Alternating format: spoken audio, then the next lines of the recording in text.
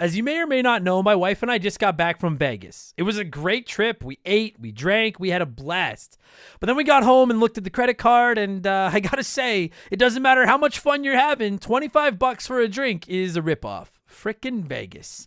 I hate getting ripped off, and so do the lads over at Harry's. They spent years watching the razor blade companies rip people off and said, no more. Not all heroes wear capes, my friends, and they want to prove that they're legit by offering you hot dogs a $13 trial set for just $3 at harrys.com/RTG. I've been telling you about them for months, and I'm genuinely proud to have Harry's as a sponsor of this show. I wasn't kidding. The plastic, futuristic-looking crap razors you get at the store are overpriced and they're poor quality. Harry's blades are crisp, clean, and classy. They're the kind of razor you'd expect your grandpa to have on his bathroom counter. And most importantly, they work. Shave after shave, they're so smooth, they're precise. I used to go through the crappy store blades all the time, but Harry's are built to last. And they're not just better quality than the other names, they're more affordable. And they deliver. Just set your schedule, and for as little as $2, new blades, shaving creams, lotions, everything you need, right to your door when you need it. I genuinely cannot think of a reason not to try Harry's. And I'm not just saying this because they're sponsors. They're the best shaving supplies I've ever used. Try them out, and if you're not happy, your shave's on them. And unlike the other subscriptions, they're really easy to cancel if you want to too, which is a nice bonus, but believe me, you're not going to want to cancel. Getting ripped off isn't funny. Switch to Harry's. Get started with a $13 trial set for just $3 at harrys.com/RTG. That's harrys.com/RTG for a $3 trial set.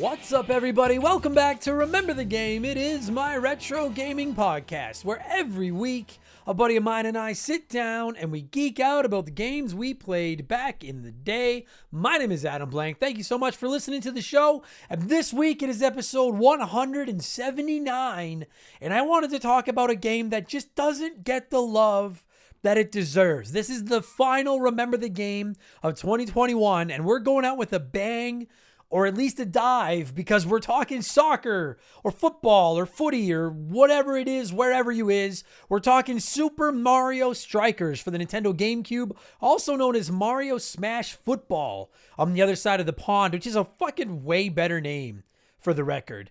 We talked about the GameCube a couple of weeks ago on Expansion Pass. I said it then, I'll say it again now. For my money, the GameCube is the greatest pre-online multiplayer console of all time. And a big part of that is because of the Mario Sports series. The GameCube has got 4 of the all-time greats when it comes to arcade-style sports games. You've got Mario Superstar Baseball, Mario Power Tennis, Mario Golf Toadstool Tour, and Super Mario Strikers. All phenomenal. We're going to cover all 4 of them eventually, but we're going to kick things off with some footy. My guest this time around needs no introduction, but I like the sound of my own voice, so I'm going to introduce him anyways. It's former Remember the Game Hall of Famer Mark McHugh, and you know what? I had a really good fucking time just chatting with him about this game, laughing at his dad, which you're going to hear about in a minute. We'll get all of that in just a second, because speaking of liking the sound of my own voice, it's time for yet another edition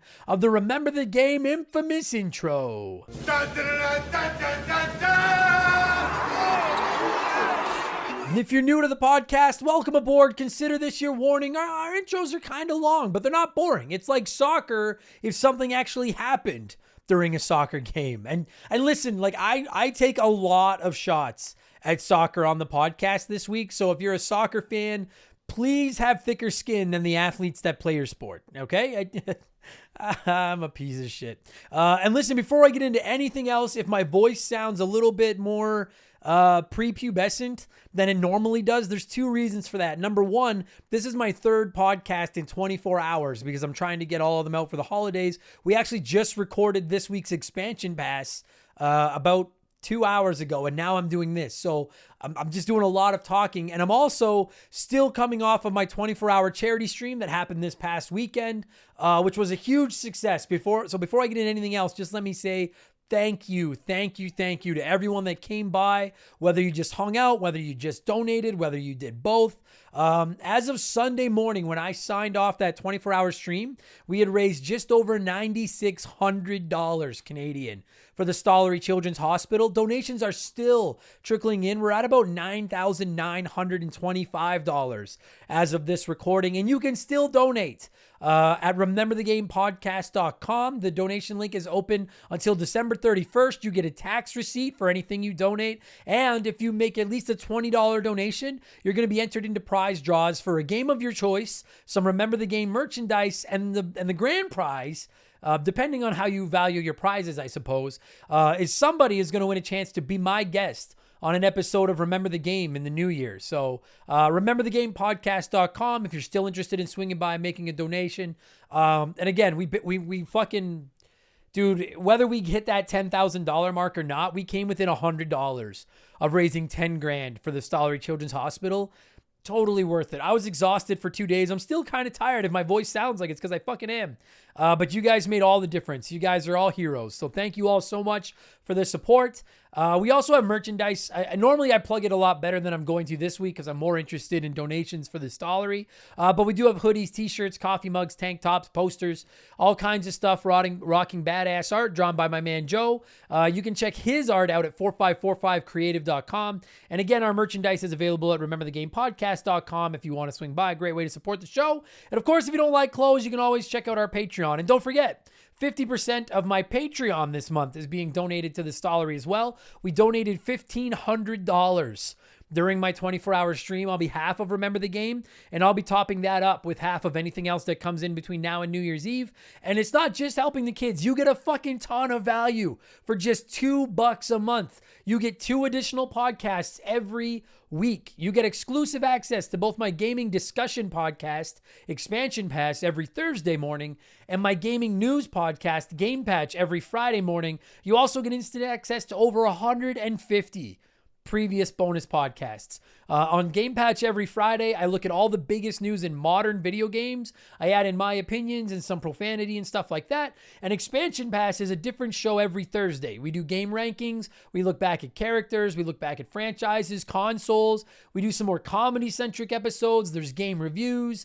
This past week on Expansion Pass, I actually reviewed 8-Bit Christmas, the new holiday Christmas movie that's set in the 80s, and it focuses on kids being obsessed with getting their hands on an NES during the holidays. It was a really, really charming movie. My reviews are 100% spoiler-free as always. All my reviews are that way. So as is becoming tradition, here is a quick sneak peek of last week's episode of Expansion Pass, my 8-Bit Christmas review.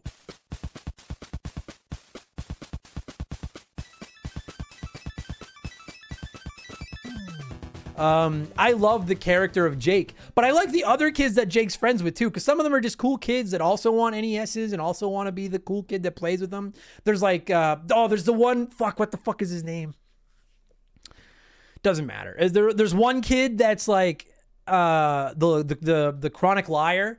He always lies. He lies about everything, no matter what the story is. He makes it up. You know, he talks about how he's done this and he's friends with this and he has this at home and he's got this and no one in the school fucking believes him, which was actually my favorite character in the movie because we all knew that kid growing up too. And like, it was one thing for them to play into the Nintendo Mania and these kids wanting video games, but for them to even go as far as to be like, we need to introduce this one kid that just lies all the time and everyone knows he's full of shit, but they all tolerate him anyways because he's just one of the kids at school that they all hang out with. I fucking love this fucking character. He made me laugh so much. Jake has a little sister in the movie who's just a pain in his ass. She wants a Cabbage Patch Kid for Christmas, which is another fucking great throwback to the 80s because wasn't that, I never wanted a Cabbage Patch Kid. Frank, you want to know the truth? To this day, I think Cabbage Patch Kids are kind of fucking creepy looking. So that was last week's episode, and now for tomorrow's episode, Expansion Pass is going to go live on December 23rd. That's this Thursday. That's the official date of Festivus. And I don't know if you know what Festivus is. If you don't know, I'm not mad. I'm just disappointed. Frank Costanza from Seinfeld invented his own holiday on the show called Festivus. And part of it every year is the airing of grievances where you tell people how they've disappointed you over the past year. So this week's episode of Expansion Pass is going to be our second annual airing of gaming grievances episode. It should be a lot of fun. That's a big part of the reason my voice sounds as hoarse as it does. I literally just finished recording that. It was like an hour and 20 minutes. I did a lot of yelling. Should be a good time. So again, $2 gets you instant access to all those episodes, plus old ones, plus new ones.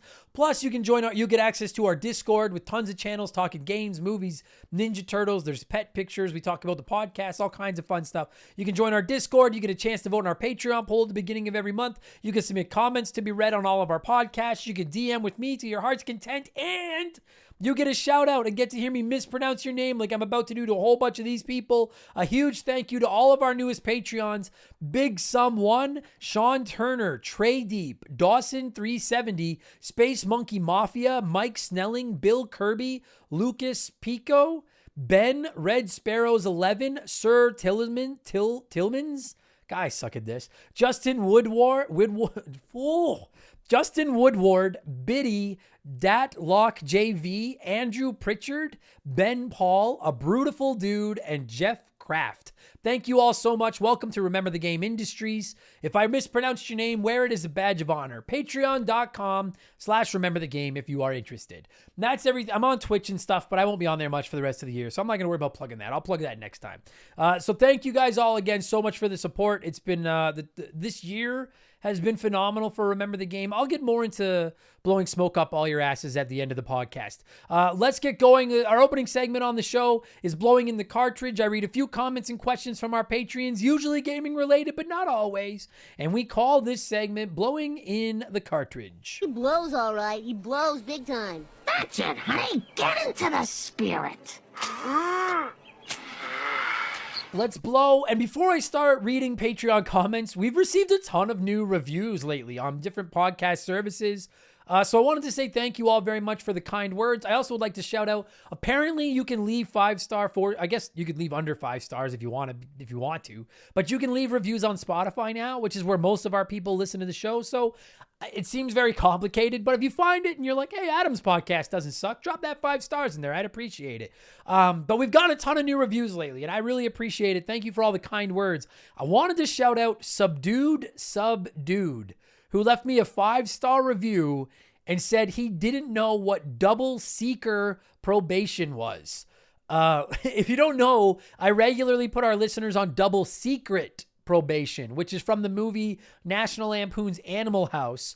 But double seeker, Seeker, double seeker probation is so much better. That's the phrase now. So Subdued, if you're hearing this, your review made my day. You're part of Remember the Game lore now. But you all are also on double seeker probation for not seeing National Lampoon's Animal House. So thank you for the good review. Okay, let's do some blowing. Our first blower this week is King Bahamut, who wrote in and said, hello, Adam. Christmas continues to approach, and jolly old St. Nick is preparing his sleigh with presents as we speak. If you could create a game themed around Christmas, what would it be? Be as creative as possible. Christmas horror? Sure, you can do that.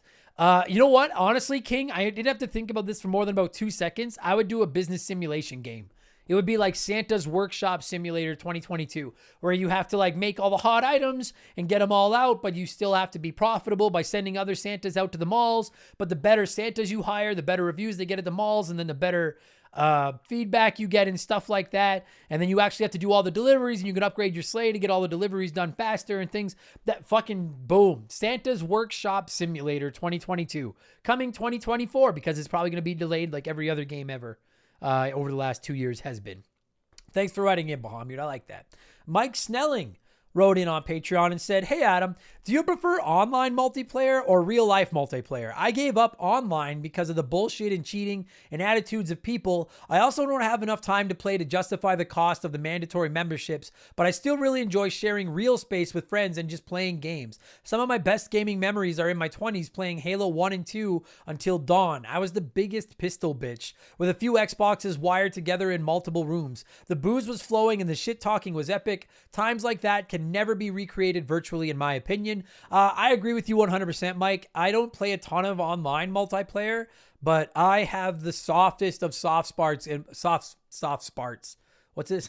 What's a spart? It's like an electric fart, a spart. I have the softest of soft spots in my rock hard heart for local multiplayer. I have great memories of playing wrestling games, Mario parties, Mario Karts, GoldenEye, other shooters like that. Yeah, fucking all day. Like, it's rad to be able to, like, I've played online with some members of our community and it's been really, really fun. And it's great that I can find a game of like Tetris 99 anytime I want. I don't have to have 98 people over to my house to fucking do it. Like, online gaming is phenomenal. But there is just something special about sitting with your friends, playing a game, sharing a couch, ordering a couple pizzas, you know, cracking a case of beer. Smash Bros. Melee, I have great memories of playing that with my friends. So, yeah, without question, local multiplayer is where I want to go. And just quickly, this is not a paid advertisement or anything, but Mike mentioned playing Halo 1 and Halo 2 with Xboxes wired together on multiple rooms. If you're a fan of like gaming history and gaming documentaries, for the love of God, check out Power On, the story of Xbox. It's a docu-series, pardon me, on YouTube, free to watch, created by Xbox. They don't pull any punches about themselves. They explain what happened with the Red Ring of Death, how they fixed it, what was going on behind the scenes, how hard it was to get Bill Gates to come on board with the Xbox to begin with. They talk about the original Xbox not turning on when they debuted it years ago. Really, really fascinating shit if you're into gaming. So check that out. And Mike, thanks for the question. Local multiplayer all fucking day, buddy. No question. Vigo the Butch wrote in on Patreon and said, "I'll keep in line with the theme of Christmas. How would you rate your rapping skills? Good, poor, or somewhere in the meh range? I'm pretty sure that once I started rapping gifts for people that my skills have pretty much remained the same. It ain't pretty, but it does the job. Happy holidays to all of the hot dogs." I would rank myself at whatever is below poor. I'm a very uncoordinated man with one good eye and very poor depth perception. And my gifts look like they were wrapped by a man with very little physical capabilities, poor hand-eye coordination, and no depth perception. My gifts, gift bags for the win. I like to throw my gifts in gift bags whenever possible because I can't rap shit. Terrible. Fucking terrible. Pee pee poo poo cuckoo pants wrote in on Patreon and said, "Why do people like mashed potatoes so much? Potatoes are the most boring vegetable, and mashing them is the most boring thing you can do with them. That's the one dish I always pass on at family gatherings." I don't know. I like mashed potatoes. I don't know. You throw some salt, some butter in there, a little bit of pepper, toss a little gravy on top. Yeah, man. Especially like, sorry, I just punched my microphone. When you get down to near the end of your plate and you still have like a little bit of leftover turkey and a little bit of leftover stuffing and then a little bit of leftover gravy, the potatoes are like a sponge. You scoop everything up inside your potatoes and fucking mow that shit. I'm pro mashed potato. I think my mom makes turnip every year. She loves turnip. And I'm about as far from a picky eater as you can find. I don't even need to know what something is to put it in my mouth most of the time. And you can take that quote and run with it if you will. But turnip is devil. It's fucking Satan's food. So I don't eat turnip, but I'm pro mashed potatoes. Stuffing is the unsung hero of Christmas dinner. And I don't mean fucking I'm fucking tired. I don't mean stovetop. I mean like real homemade, my mom's stuffing. Oh God, it's just so, oh yeah, I can't wait for some fucking stuffing. So but I don't know, mashed potatoes are all right. A couple more gaming questions. I did want to sneak in some Christmas stuff. It's the week of Christmas, but I'll sneak in a couple more gaming questions before we move on. And then I lost my spot in my notes. Here we go. Vaughn wrote in on Patreon and said, "What is the most expensive gaming thing besides a console that you've purchased, and was it worth it?" The most expensive gaming thing I've ever bought that wasn't I don't know if I've ever bought anything that was more expensive than my consoles. I bought 10-gen Tetris. Is it 10-gen or 10-gen? Whatever I say, someone's going to fucking yell at me. But the black cartridges for the old NES. I bought Tetris for my NES because it had 2-player on it, and it was pretty good. But probably the most expensive thing I ever bought was my Resident Evil 4 chainsaw controller. I don't know if you guys have ever seen it. It's this ugly fucking yellow controller. And no, it wasn't worth it. It was a piece of shit. I used it once and was like, this is fucking, it looks stupid. It handles stupid. It is stupid. It was a stupid thing for stupid Adam to buy, and it wasn't worth it at all. Not at all. And Jeff Kraft wrote in and said, I discovered your podcast about a week ago, and I'm so glad that I did. I've probably listened to 30 plus episodes in the past week. The nostalgia that I get while listening is great. Keep up the great work. Also, Angry Adam is the best. So thank you, Jeff, for the kind words. I don't always read comments where people praise the podcast in this segment. Like, I get 2 or 3 a week now a lot of the time. And, not to suck my own dick. I'm grateful for the comments. I don't read them because I don't want to just make this whole segment sound like I'm just sitting here blowing smoke up my own ass. But I do read them personally. I do appreciate them when you guys send them to me very much.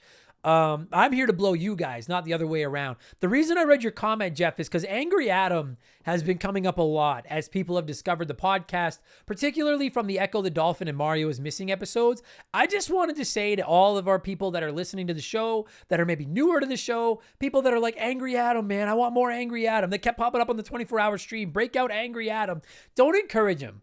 Angry Adam is a piece of shit. He is my fucking messed up alter ego. He pops up once in a while. He's a fucking jerk off. He just yells at everybody. He hurts my voice. He scares Molly. I hate Angry Adam. So just don't encourage him, all right? I can't get rid of him, but I do my best to keep him sedated with marijuana and alcohol. So just don't encourage Angry Adam. That's all. A couple more. I'm going to do a bunch this week. It's the last one of the year. I wanted to get as many in as I could. And I couldn't read all of them as always, but thank you to everyone that wrote in. Tatum Barnett wrote in and said, greetings, Adam. It is your pretentious asshole who wears a sweater and plays tennis here. I figured I would ask you a question. If you don't know, when Tatum originally signed up for our Patreon, I said Tatum Barnett sounds like a legal firm. So I got to rip on him now. So Tatum says, I figured I would ask you a question. I know you enjoy games that are hard as balls. Have you ever played The Binding of Isaac? It is a twin-stick shooter roguelite that is available for the Switch, and it's hard as crap. It has a ton of replayability, and the game can be super fun. The only thing is I know you're not offended by much, but this game has a lot of religious symbols and blasphemous ideology in it. The basis of the game is a parody of the biblical story of Isaac and his father, where God tells Abraham to kill his son to prove his love for him. The story is really, really dark, but it has a major following and a lot of gameplay to it. I suggest that if you've never heard of it, go watch a guy named Tears of Grace on YouTube play a bit of it and see if it's something you might be interested in. Yours truly, your Tucker Law Firm friend, Tatum. Tatum, I have played Binding of Isaac. I haven't played a ton of it. It didn't offend me. The religious undertones, I didn't even know that, to be honest. I had no idea that it had religious undertones. I just thought it was a dark video game. It's actually the very first roguelite I ever played, and I liked it, but I stopped fairly quickly because I was confused by the roguelite mechanics of not knowing, like, the items change every time and the level changes every time. It's a game I'd like to go back to at some point. I don't know if I ever will, but I really like Binding of Isaac. And for all of you listening, I know some people, I've turned a few of you on to roguelites over the years, I recommend checking out Binding of Isaac. It's really good. It's tough, but it's a really good game. Thanks for writing in, Tatum. Boogie2988 fucks wrote in. I love that fucking handle. And said, hey Adam, quick question. How do you make time to do all of this and play games and have a partner? My wife gets mad that all I do is play games. My ankles ache from all the restroom breaks and do-ups. I'm at a loss, my man. I gotta go. She's home. Thanks for writing in, Boogie2988 fucks. How do I make time to do all this and play games? Truthfully, I didn't for a while, but that's why we launched the Patreon. And if you guys, anyone that's been around our community for any real length of time probably has noticed, like when I started, it was just Remember the Game. And then we launched the Patreon, and then that came with 2 additional podcasts a month. Then that became 1 additional podcast a week. Then that became 2 additional podcasts a week. Then that became 3 additional podcasts a week as our Patreon grew. The reason I'm able to do all of this is because I do these. This is my full... Like, I do this during the day. Like, when my girlfriend is at work, I'm writing and recording podcasts. I really don't play. I mean, I play a lot of video games, but I don't play as much as I think some people think I do. I get a lot of people requesting, dude, you got to play this game and play this game and play this game. I probably only play 2 or 3 hours a day tops, which I know is a lot more than some of you play, but it's probably about the same as some of you play too. You go to work all day and then you come home and then you get your couple hours of video games in after the kids are gone to bed or whatever. I don't play that much. So the podcast I just do during the day, and then comedy during the night is my other job. So my girlfriend is cool with it because I'm going to work. Plus Shaylee works early hours. So Shaylee usually goes to bed by 8 or 9, and then she gets up by 5 o'clock for work. So I usually play after she goes to bed. So she doesn't, we get 2 or 3 hours together after she gets home, where we have dinner and we watch some TV or, whatever it is we're going to do. And then she goes to bed, and then I play my video game. So, yeah, that's how, I'll be honest, I couldn't balance a full-time job with all these podcasts, with comedy, with the video game. Something would have to go. But that's why I always say that, no joke, no sarcasm, our Patreon has changed my life. The reason I'm able to churn out all this content is because you guys have given me a livelihood with this. So that's how, and I'm really grateful to all of you that have made it possible. There you go. I guess that's your answer. That's how. I actually was playing more video games before I started the podcast, because I did comedy at night and I played video games during the day. But now I spend most of my day writing and recording and editing the podcasts. So thanks, Boogie. Finally, before we move on to Play One, Remake One, Erase One, it's letter time. It's letter time. The final letter time letter of 2021. And it comes in from I Bent My Wookie, who says, "Hey, Adam, thanks for all your content this year. It's been a pleasure listening. I was just wondering if you have a definitive list of games banned from Remember the Game. I know Majora's Mask, Super Tennis, and every Sega Saturn game ever made. Understandable, as you probably have 2 listeners to those episodes, as there was only 2 of those consoles ever sold worldwide. Swish. But what are the other games that are banned from Remember the Game?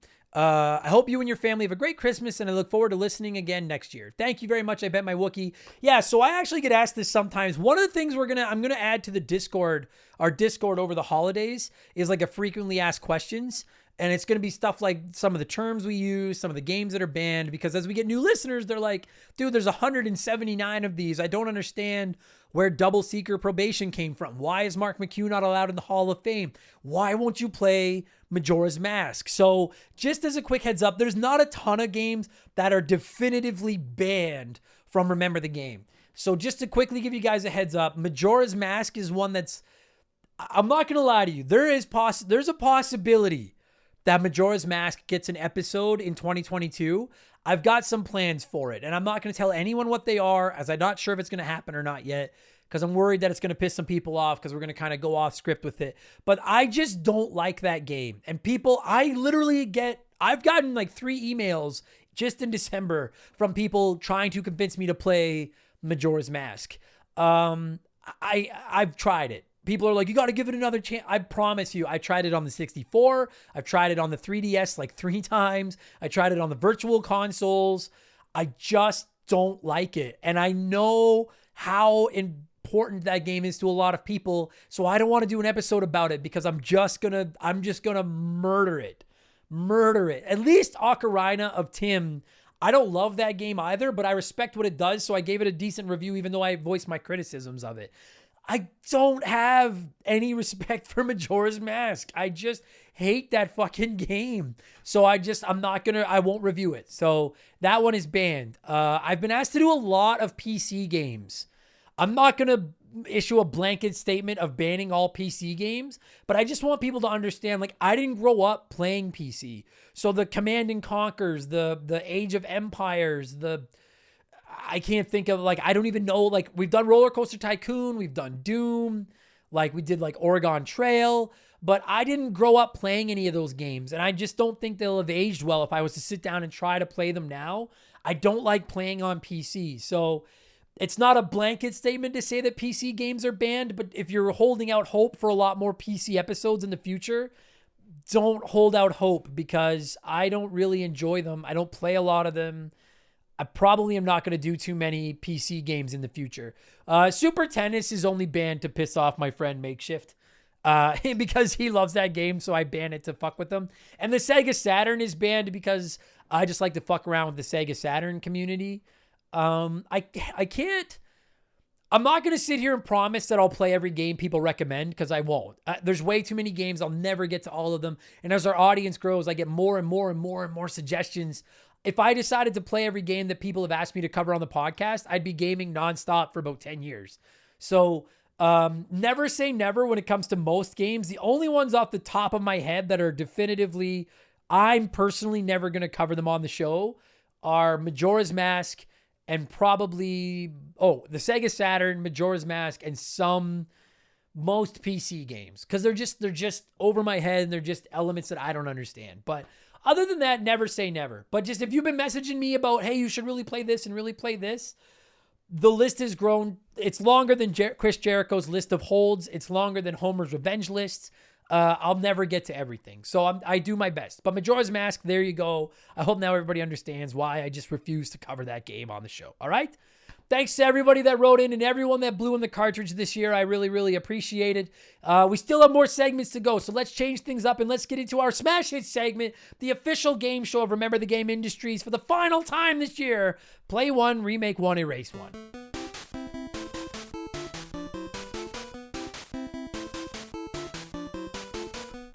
And a huge thank you to Classic Concentration from the NES for unknowingly providing us with the theme music for the show. The rules are simple. Every week I give our listeners 3 retro video games. They can play one as it was released, they can remake one as a modern game, and the third game is erased from time forever. And as always, there are no wrong answers, but there is a right one. We'll get there in just a minute. And I figured since we're talking Mario Strikers this week, and it's kind of a funky sports game, I figured let's throw 3 more funky sports games into Contestants Row. We have Mutant League Hockey for the Sega Genesis, Mega Man Soccer for the Super Nintendo, and Base Wars for the NES. And play Base Wars, remake Mutant League Hockey, and erase Mega Man Soccer came out on top this week with 33% of the vote. It was pretty evenly spread out across the board, which warms my heart. I'm not going to yell at anyone for their response. As long as you played by the fucking rules, one of you is about to get put on double secret probation for not listening to the fucking rules of the show. But let's look at what a few of you had to say, and then I'll tell you why 33% of you were right, because I would do the same thing. Zach Coiner wrote in on Patreon and said, this is probably going to give me quadruple secret probation, but it's honestly worth it. I'm not really a huge fan of sports games, so I don't have a problem with getting rid of all 3 of these. Sorry, Adam. LOL. Well, you know what? You can't spell double secret probation without LOL as long as you fucking spell those words wrong. Get the fuck out of my house, Zach Coiner. Every week, one of you motherfuckers writes in and spits in my face and disrespects the rules of play one, remake one, erase one, and I shan't stand for it any longer. If you don't write in with a you can have any fucking logic you want, but if you don't play one, remake one, and erase one, you get fucking erased into double secret probation. You're done, Coiner, you're done. Fortunately, a few of you crumb bums respected what I'm trying to do here. Ryan Groinus wrote in and said, I played Mutant League Hockey like it was my job back in the day. The gratuitous violence and fun arcade-style hockey would still hold up today. I'd argue that an average gamer would play more hours of Mutant League Hockey than the latest installment of Chell, which is NHL, if given a Pepsi Taste Challenge of the 2. So I'll remake Bases because it would be great on next gen with the advanced graphics, and then do away with Mega Man Soccer because the little blue guy is only supposed to be used for 2D platforming, and anything else is an insult to us Puritans. I don't disagree. I wouldn't necessarily go with your order, and I'll explain why, but I don't disagree with any of your logic, including Mega Man Soccer being a little bit of an insult to us purists Mega Man fans. I can get on board with all of that. Alexander Barbieri wrote in and said, honestly, I'm too young to have played any of these games. However, I feel confident in my choices. I'd play Base Wars as it is. I don't really know much about baseball, nor do I really care for it, so this one stays as it was intended to be. As a fellow Canadian, I must remake Mutant Hockey League. I feel like it's Mutant League Hockey, but it doesn't matter. I feel like we need better hockey games and more hockey games outside of the NHL games. This looks like it'd be an absolute blast with current gen graphics and controls. I see myself spending too much time playing this. And finally, Mega Man Soccer has got to go. I've never been a fan of any of the games that I've played. Whoa. Taking this platformer and making it into soccer just seems like a stretch for extra money the developers made, since all the Mega Man games feel the same. Alexander, you're not going on double secret probation because you played by the rules. But to say that all the Mega Man games feel the same, oh God, that you're on single secret probation for that. It's not fucking true. It hurts because it is kind of true, but it's not fucking true. Backdraft Delta wrote in and said, Base Wars was a rental at my local video store for weeks. We rode our bikes over a mile to rent that game and then rode back. Keep the nostalgia. If I had to erase if I had to erase that one, it wouldn't have the memories attached to it. I'll remake Mutant League Hockey. I love the football and hockey games in the series. Would love to see this get a Blood Bowl style treatment. And erase Mega Man Soccer. It's the only Mega Man game I would erase. Its weird camera angle and control mechanics just frustrated me to oblivion. Plus, soccer isn't my type of game anyway. Fucking sound logic all the way around. And to say that that's the only Mega Man game you would erase, fucking well said, Backdraft Delta. I might consider erasing Mega Man 8, but I agree with your logic. Michael Wilson wrote in and said, this is played Mega Man Soccer. Meh. Loved the game as a kid and would love it. I'm not sure what that was, but Michael Wilson said, play Mega Man Soccer. I love this game as a kid, and I would love to revisit it with my children. Remake Base Wars. I would love a current-gen battle baseball game. Modern graphics and consoles would really let you go wild with different attacks and combos. Erase Mutant League Hockey. If I want to beat people up on the ice, I always have Blades of Steel. Plus, if I'm remaking Base Wars, then I have a hopefully better and more modern combat sports game. I'm not going to criticize you because I have not played Mutant League Hockey, and I know it's a wrong that I need to right, but you're going to catch some shit for that one. I'm warning you. Michael, for $10, I'll get you Michael's address. No, I don't sell addresses. I'm just kidding. Oh shit, I lost my spot in my notes. Where we go here? Chris Larkin said, God, I love Mutant League Hockey, so play it. Barely played Mega Man Soccer, but we're going to remake it in the name of all the hot dogs out there. The Blue Bomber deserves his credit, and that means you, Base Wars. What are you? I don't know, but you've got to go. I expected more answers like that of people saying they don't know what Base Wars are. Apparently everybody does. So fair enough, Chris. I can get on board with that. I lost my spot in my notes. Big Someone wrote in and said, so I was not a soccer fan back in the day due to how slow it was, so I'm going to erase Mega Man Soccer. I played a lot of baseball growing up, so naturally I gravitated toward Base Wars, so I'll play it. And I didn't own a holding down my Dunkaroos and PB&J Sega. Ooh, hurts just to type it. So I would remake Mutant League Hockey. Plus, I didn't find my love for hockey until NHL 94. Keep pumping out that great content, Adam, just like Ron Jeremy. I'm not going to lie to you, Big Sum. The only reason you got red was because you compared me to Ron Jeremy. And I am a grease bag. Okay, well, that's a different podcast. I'm going with the popular vote this week, with 33% of you said, as did Call Me Watson, who wrote in and said, okay, let's preface this by saying I'm not a huge sports game player, but Base Wars is the jam. I remember this as a kid, and I've got the hard nostalgia going on, so we're playing that. For a remake, I went with Mutant League Hockey, which I haven't played, but hear me out. I looked this game up, and it came out the same year as NHL 94, and you aren't going to see me passing up the opportunity to play as Pat LaFontaine in the greatest hockey game ever made. So that said, Pat is long retired, and there's now room in my heart for pirate skeletons open ice checking what appear to be zombie Battletoads in 4K. That leaves Mega Man Soccer. I'm actually a huge soccer fan, and FIFA is the only sports game I play, but Mega Man's legacy is safe without this title in it, so it has to go. I agree with the logic. I agree with your order, Watson. My personal vote, everybody, is I would play Base Wars because I haven't, and I don't want it remade because it won't be better than MLB The Show. And all I need for baseball is MLB The Show. Nothing. And if I need retro baseball, I'll play Ken Griffey Jr.'s Major League Baseball. I'm good. I'm going to remake Mutant League Hockey because I haven't played the original. And usually when I haven't played a game, I say play it, but I can only play one of Base Wars and Mutant League Hockey, and the world needs a new good arcade hockey game. So I'm going to remake Mutant League Hockey just so there's an alternative to the NHL series, and I have something else in mind for soccer moving forward. So I'm going to remake Mutant League Hockey and erase Mega Man Soccer. And traditionally, erasing Mega Man around here is a criminal offense. But Mega Man Soccer was a cool idea that really wasn't that good. And I'm hoping that this episode of the podcast wheels a new version of Super Mario Strikers into existence. And once we've got that, we won't need Mega Man Soccer. So Mega Man can stick to shooting stuff. We'll erase Mega Man Soccer. Thanks for writing in, everybody. I appreciate the input as always. What have I been playing over the last week? And then we'll get into Mutant League Soccer. Then we'll get into what are we covering this week? God, I've done a lot of podcasts. Super Mario Strikers. We'll get there in just a minute. What have I been playing? I played a ton of shit over the 24 hours charity stream, but I'm not going to get into that. Outside of that, I finished Mass Effect 2. That episode of Remember the Game is coming in January. I cannot fucking wait. That is one of the greatest video games ever made. I've been playing Halo Infinite's campaign. Not as much as I want to, but I'm hoping to get into it more over the holidays and put it to bed. I've been playing Sonic Adventure 2 because it won our Patreon poll. Oh, all of you that are like, where's Angry Adam? We love Angry Adam. Angry Adam is going to be alive and well. on the Sonic Adventure 2 podcast, I promise. And I've been playing a little bit of Shovel Knight Pocket Dungeon, which is a new puzzle game set in the Shovel Knight universe, and it's really fucking good. I'm really digging it. So I'm hoping to spend more time with Halo and Shovel Knight Pocket Dungeon over the holidays. There you go.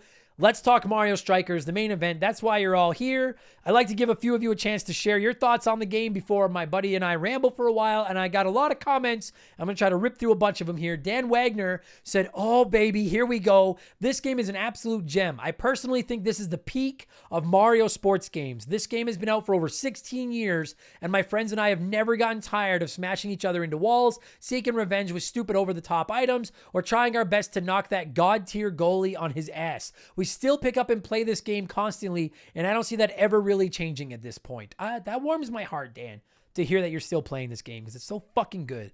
Thermopolis wrote in and said, "This is hands down my favorite Mario sports game. My brother and I would always play together. He would control the main person while I went around beating the crap out of their team with my sidekicks. The penalty items they got never made up for the beatings that I gave out." I fucking love that mechanic. We'll get into that in a minute.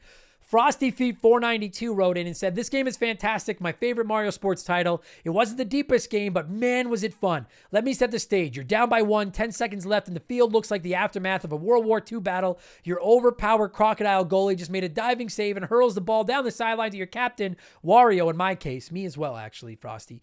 Frosty continues, "You spin away from the 2 defenders, toss a giant bomb at the remaining few, get ready for a super strike to win the game. As it's worth 2 points, you hit both needles on the meter and bury that fucking goalie in the back of the net. As time expires, to send the other team packing. Unfortunately, I was never good at super strikes, so this was never me, but a kid can dream. Seriously, this game had tight controls, goofy items, awesome stadiums. Leave the Bowser attack on for even more chaos, and for the love of God, don't be the dickbag that chooses the fucking super team. If you don't know, or if you know, you know. I know, I agree. It's a shame this game never got a good sequel or even a remaster. They technically did release a second installment on the Wii, but I'm sure you can guess how that went. Thanks, Nintendo. I'm sure there are plans for releasing GameCube games to Nintendo Online, similar to the 64 collection, but we'll see. I gladly pay money to be able to play this game online with buddies." I agree with you. The only thing I disagree with is as critical as I am of the Wii, I actually didn't hate Mario Strikers Charged on the Wii. I didn't hate that game. But other than that, I agree with everything you just said. I want this game back so fucking bad. Eric James said, "When I used to work at GameStop, whenever we had free time, my boss and I would go round after round on this game. So fun, but also sucky when he'd tell me to go back to work and he'd keep playing. That's bullshit." And finally, Smash Bro 2013 said, "So many great memories with this game. One of my friends and I would play this game every chance we had. We team up against the computer, taking the cups in campaign mode, defeating Bowser's cheap super team of soccer robots. We even came up with walkout songs for every character and wrote them in the notes section of the instruction booklet. Apparently, we decided Wario should walk out to Miss New Booty. Not proud of my music taste as a kid." I love that. I love it. I love the passion. I love that so many of you care about this game because I didn't think anybody did, because Nintendo fucking does it, which is why we haven't got one in fucking like 14 years or whatever the fuck it's been. And it's a goddamn shame because Mario Strikers is phenomenal. I love it. So does Mark McHugh, and we're going to tell you about it right now. I'm going to cue up some tunes. And when they stop, old Bartholomew McHugh and I are going to go back to Mario Strikers, which originally released in North America on the Nintendo GameCube on December 5th, 2005. Enjoy the podcast, everybody. Let's go. This show is sponsored by BetterHelp. Everyone that listens to this podcast knows about our illustrious CEO, my dog Molly. But the other silent partner behind the scenes is my wife. And let me tell you, my friends, a 17-year relationship with another person that has to talk to and live with you is a lot harder to maintain than one with a dog. We've had our ups and downs, and as you all know, a relationship isn't all sunshine and rainbows. They can be a lot of work. You get out what you put in when it comes to relationships, and talking to a therapist can be a fantastic way to put in some work. They can help you work through your issues, learn to communicate better, and even just provide you with an ear to bend when you need it. I've talked to my therapist about my relationships, especially when it came to my stand-up comedy career and how much I was away from home, and they helped me work on ways to keep my relationships strong even when I was out on the road. It turned out our relationship was actually better when I was out on the road, but that's a story for another day. And I know, right? Therapy. Who has the time these days? BetterHelp hears you, and they're making it easy. Fill out a quick form online, and they'll match you up with a therapist that suits your needs and that'll work around your schedule. You pick the meet times, and you can get your therapy fix from anywhere over video, phone, or just chat. Become your own soulmate, whether you're looking for one or not. Visit BetterHelp.com/RememberTheGame today to get 10% off your first month. That's BetterHelp, HELP.com/RememberTheGame.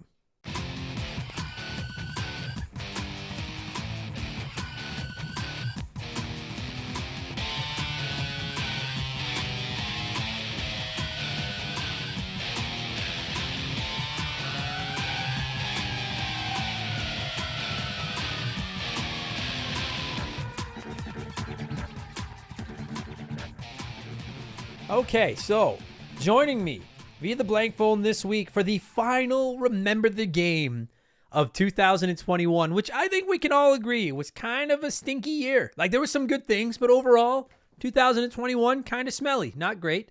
But it's my friend, former Remember the Game Hall of Famer, Mark Tholomew McHugh. How's it going, buddy? How was 2021 for you? Do you think it was a good year? 2021 was a very up and down year because, generally the world has been garbage the last few years. But then also this is the year that, a lot of people saw me on TikTok. So who knows? That's true. Yes, you did. You know what? And that's, sorry, everyone. We're not getting into a life hack fucking, this isn't like a TED Talk with The Secret or fucking whatever. But I do think that 2021, people that, I think there were people that kind of embraced it and were like, all right, well, I'll shift gears and see what I can make work. And then I think there were people that were like, this fucking sucks. And obviously it's easy for you and I to say because I can't speak for you, Mark, but none of my loved ones got sick. I didn't lose any, family members or anything like that. And so it's a lot easier for me to be like, oh, this wasn't that bad. But yeah, you, before we get into Super Mario Strikers, because I'll forget by the end of the episode because I'm not the most intelligent guy in the world. What the fuck is with you and TikTok? You're all about the old talk tick these days.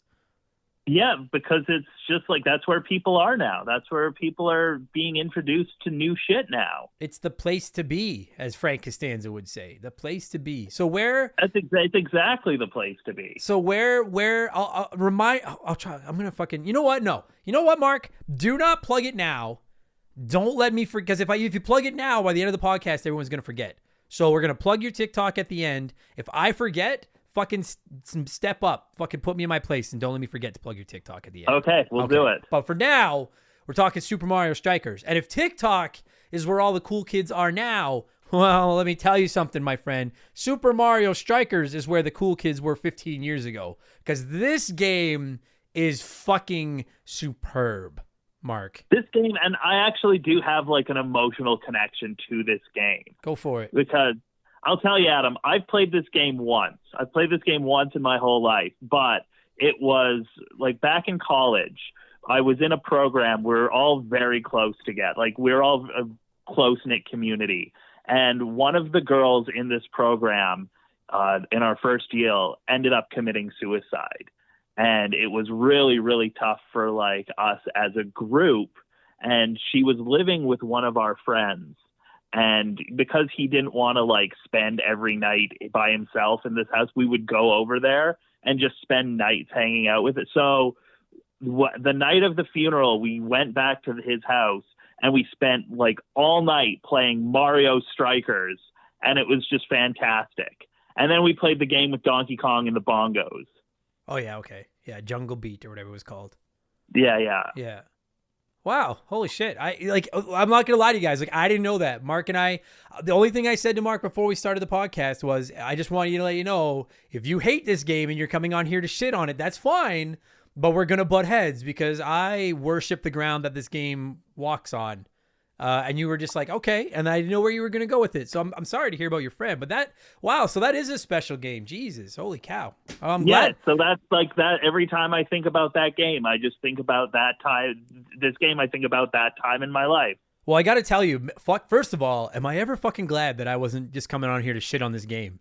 Because that, like I'm sure I'm glad like that I wasn't just sitting here foaming at the mouth to be like, this game is a steaming pile of shit and fuck everybody. And here I am like, yeah, it reminds me of my dead friend. Yeah. You're like, well, anyway, fuck this game and fuck soccer. No. Okay, well, I'll go partially down the fuck soccer route, but that's all. I don't want to get the city of Great Britain at us. That's a joke for another day. But this game, so it's fun. It's wild that you. Okay, and for the record, I just looked it up. This game was called Mario Smash Football over on the other side of the pond. So we're going with Super Mario Strikers because that's what we call soccer here in North America. We call it Strikers. So that's what really? I didn't know. Like, I've never heard it called Strikers. Like, no. Why couldn't they call it Super Mario Soccer? Listen, so everyone doesn't fucking yell at me for this, because I don't know. Oh God, the soccer community is a fickle bunch, Mark, and we're gonna hear about it. I know. I think strikers is like a term for like an offensive player in soccer, like you're a striker. But I don't know. I'll be honest, no offense to all of you soccer fans out there, you football fans, you footy fans, whatever you want to call it, but I just think your game is boring as fuck. I'm sorry. I'm just saying. I don't. I'm a hockey guy. If you want to be like, dude, hockey sucks. It's just a bunch of idiots in suits of armor skating around. I'm like, sure. Yeah, I mean, you're wrong, but sure, that's fine. Hey, whatever, that's fine. I don't know. So my family is like my dad loves his hockey and stuff, but like my family at their core is a soccer family. Like my dad's big 15 minutes of fame was like back when in the 1985, the Canadian men's soccer team went to the World Cup. They went to Mexico. They fought and they qualified. And my dad wrote their theme song. Oh, and wow. the recording company that made this song bet that it was going to be like the jam of the summer and invested all of their money into this song. And then Canada went down to Mexico. They didn't score a single goal. They lost terribly. And then there was just like a warehouse full of copies of this song that nobody wanted to buy.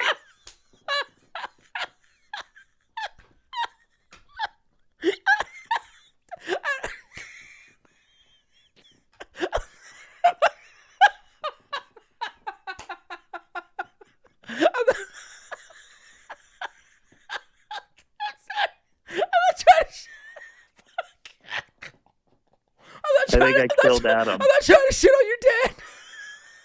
Oh, no. I was a little bit. I just picture like a fucking warehouse full of cassette tapes. Like Kirk Van Houten's Can I Borrow a Feeling?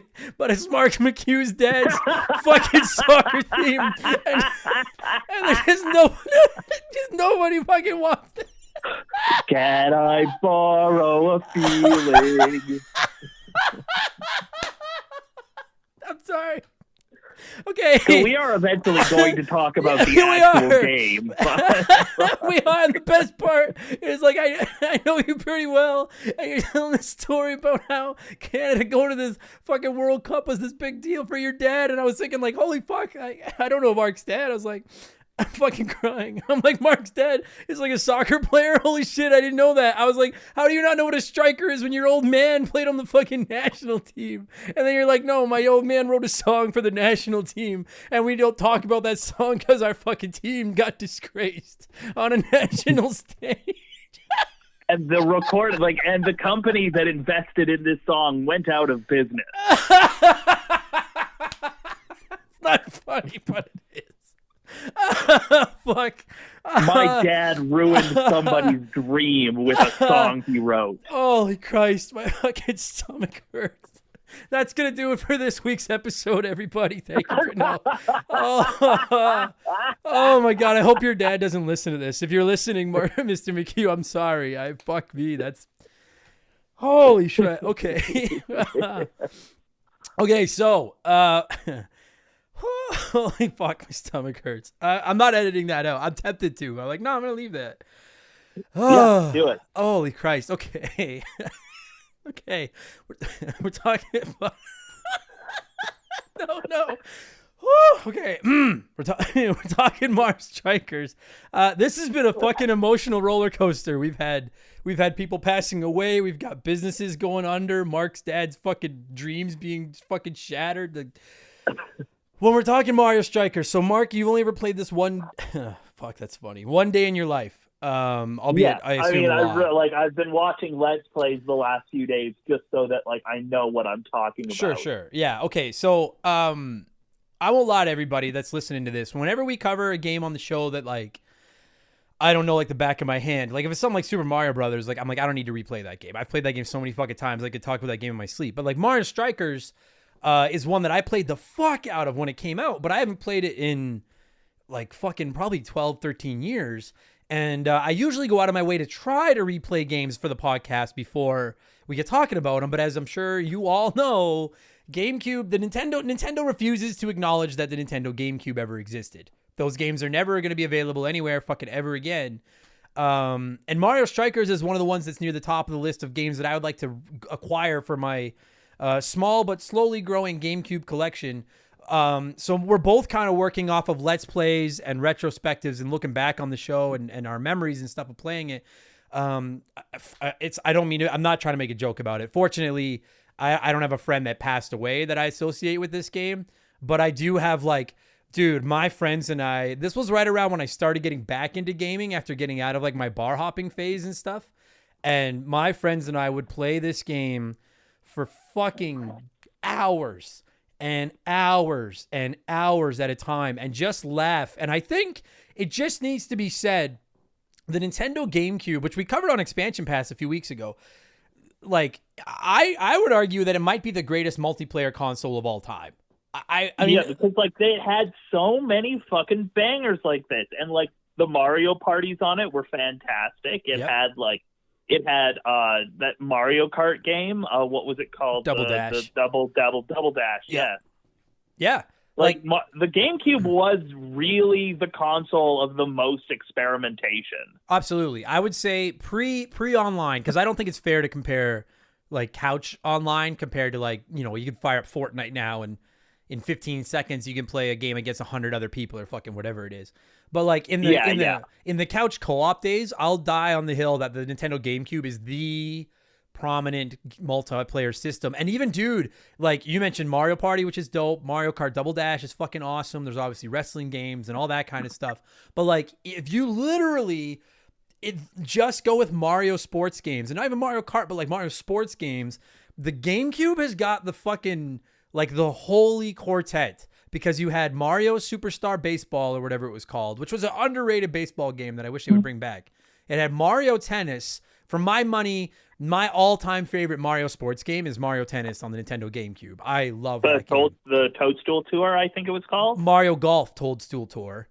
Yeah. And Super Mario Strikers. Like all four of those games, I think you can make I would listen to an argument, sure, but you can argue that like Mario Baseball hasn't come back. Mario Strikers, they did Mario Strikers Charged on the Wii, which I thought was very, very, it's one of the rare Wii games that I really, really like. You know what? I never played the one for the Wii. It was just a bigger, better version of this one. And you know what? Why don't we have that? Like, why is there not a version? Like, I get why there's maybe not a version on the Wii U, because that sold like shit. Yeah. But like, I feel like the Switch would be the ideal place for a new Mario Strikers game. That's where I was going to go. Is like, I know we've got Mario Tennis on the Switch, which I know some people shit on. I liked Mario. The only reason I didn't play more of Mario Tennis on the Switch was because I couldn't find an online match anywhere, because I like to play without the power shots and stuff. But I love that game. And Mario, and you know what? I really dig Mario Golf on the Switch too. I play it with my dad all the time. See, I didn't like it as much, but I see why somebody would. It didn't click for me. I love Mario Golf Toadstool Tour on the GameCube, but like I thought they really pulled back on the depth of Mario Golf on the Switch. But having said that, it was still another Mario Golf game on the Switch. I don't know if we're ever going to get Mario Baseball again. And I won't lie to you, of the four games, as much as I like Mario Baseball, when it comes to sports games, there's two ways to me that you can tackle a sports game. And it's really, really become a divide. Like, it's so definitive, like the fork in the road now when it comes to sports games. You're either going to go arcade or you're going to go simulation. Like, I feel like there's hardly any middle ground anymore. And when it's like you're either doing like an exact replication of what a game would look like, or you're going silly with it. Exactly, right? And I have no problem with either. I think there's a place for both. And frankly, most of the time, I prefer the arcadey fun shit. The one difference to me is baseball, because everyone that listens to the show with any regularity knows, like, I'm an MLB The Show fanatic, and that game is as simulation as it fucking gets. So I love that. But like golf, I can go either way. I love the Tiger Woods games and the PGA 2K. Like I love like really hardcore deep simulation golf, but I also like cartoony golf. Soccer, football, whatever you want to call it. We're calling it soccer for the rest of this podcast, so I don't have to keep saying that. I respect what FIFA has done. I like them enough, but I don't know enough about the game to thoroughly enjoy FIFA. Like, have you been a FIFA guy at all ever? I've never like bought a FIFA game, but I've played FIFA, and like I enjoy FIFA, and I like watching people play FIFA. It's just I'm not a huge because I'm not like a huge soccer fan, I would never buy it for myself. Right. And to me, like there's like, look, you look at like a Madden game, which I know Madden fucking sucks, but it is like simulation football and stuff like that. I understand that there's a market for both. My issue to an extent with simulation sports games, not so much my issue, but like the hang up with a simulation sports game is if you don't know the sport, it can be hard to enjoy it at any level up from a beginner level. Like I know hockey, so I can play NHL and I can play it at a pretty high level. I'm not saying I'm good, but I understand the mechanics. I understand of working the point and getting to the slot and all that kind of stuff. Whereas when it comes to soccer, I don't understand the strategy that's involved with simulation soccer. So as fun as I think FIFA is, I'm never going to play it at any real level because I don't understand the mechanics of the game. And the problem is when you go to a more arcadey style game, like in this case, Super Mario Strikers, is you run the risk of going too far to dumbing the game down and making it basic. Do you know what I mean? And then it almost becomes like baby's first soccer game. Like, if that makes sense. Like, do you know what I'm trying to say? Yeah, but I think that like of the two, I definitely prefer like the Strikers approach to it for sure.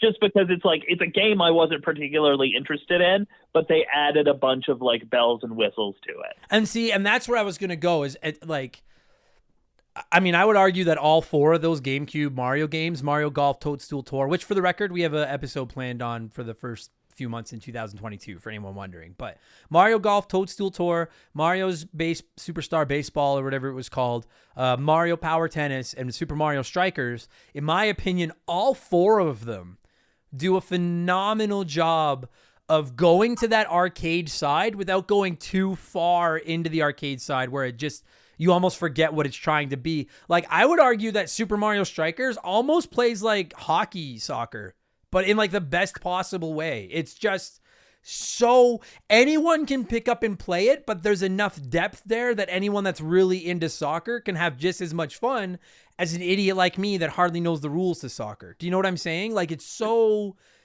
to me, this game appeals to both sides, if that makes sense.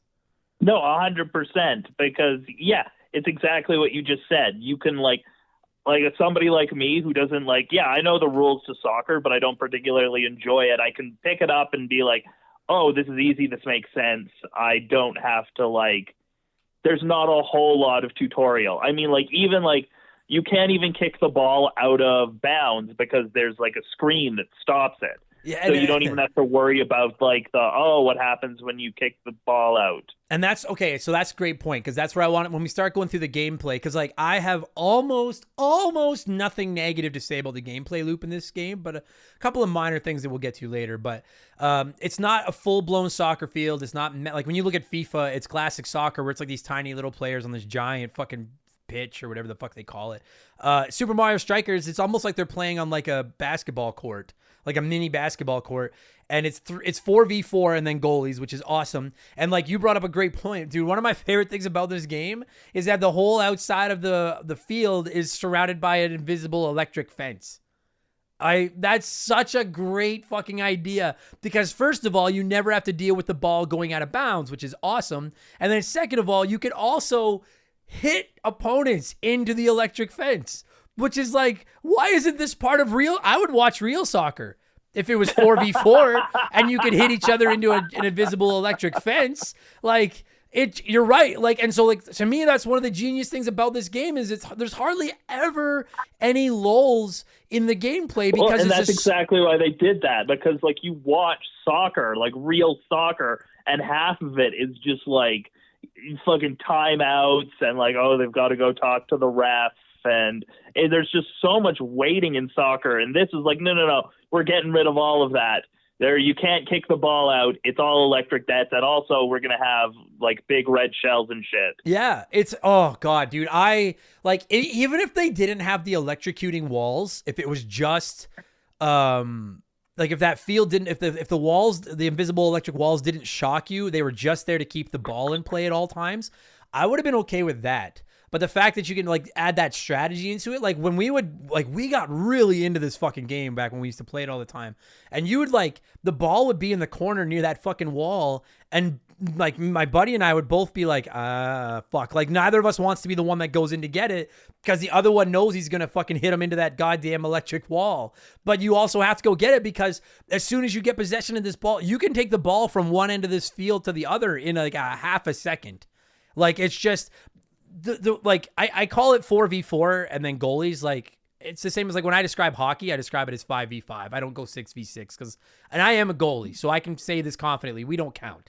Like we're just there to stop. Like we don't count. So like also on the topic of the goalies, like what are the characters? Like what is that character that is the goalie supposed to be? I think it's Critters from Donkey Kong Country. The lizards. Maybe. That's what I always assumed it was the bag, which I always found to be an odd choice. Okay, I got two trains of thought here. I just wanted to say, I think 4v4 in this tight and closed field where the ball can't get away is the perfect number. I think if you added more players, it would start to get too congested. And if it was 3v3, it would feel like there's too much dead weight. What I like about this game, I do want to go back to the goalies, 100%. But what I like about the gameplay loop in this game is that when you get a hold of the ball with whatever your character you're controlling is, you've got time to make a decision, but not a lot of time. Words can't express how impressed I am with and how perfect I think the balancing act between strategy and button mashing fun, like fast paced arcade action are in this game. Does that make sense? Like that makes 100%. That's 100% what it is. It's like they just cut out so much of the bullshit of soccer. Yeah, like they really found a like. I have to assume it took a lot of play testing to figure out how big to make the field, how big to make the characters, how many characters should be on the field. You can't ever really take a break and take your foot off the gas. But when you get a hold of the ball, if you're getting good at the game, which you will if you practice a bit, because there's a lot of strategy in this game too.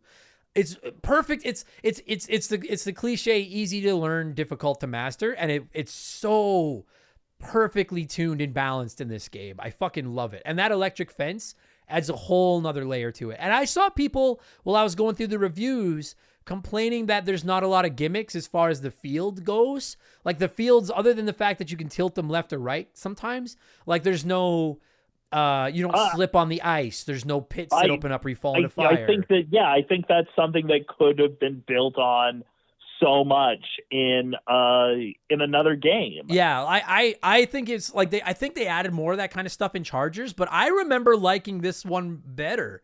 It's the same as Mario Tennis. Can you imagine like a really cool bomb battlefield level? Yeah, where like you're playing soccer, but like randomly bombs would go off. Yeah, like Bowser randomly drops into the fields in this and fucks everything up, and there's items and shit like that. And I get all that, but like, again, maybe this is just my personal taste, but that's why I have such an incredible just attraction to this fucking game is I'm like, I think they balanced all of that perfectly. I didn't want zany fucking gimmick fields. I was like, there's enough zany gimmicks. I can hit people into electric fence.